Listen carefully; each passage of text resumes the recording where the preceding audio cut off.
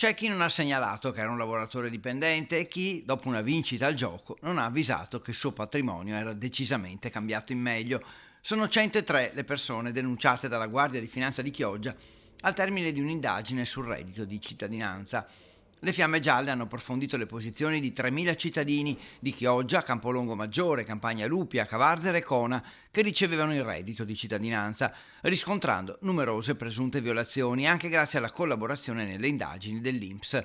Complessivamente la somma che sarebbe stata ottenuta illecitamente è di 928.000 euro. In particolare 11 di loro non avrebbero comunicato all'INPS informazioni relative alla propria posizione lavorativa, dichiarando di non avere alcuna occupazione pur essendo titolari di partita IVA. Per altri 91 è stato rilevato che al momento della presentazione delle domande non avrebbero indicato la propria posizione di lavoratore dipendente in vari settori come la ristorazione, la cinematografia, il trasporto merci e il settore turistico, oppure di aver iniziato un lavoro dopo la presentazione delle domande. Tutti i 103 sono stati denunciati alla Procura della Repubblica di Venezia e i risultati delle indagini sono stati immediatamente comunicati all'INPS per l'attività di revoca del sussidio e di recupero del contributo concesso.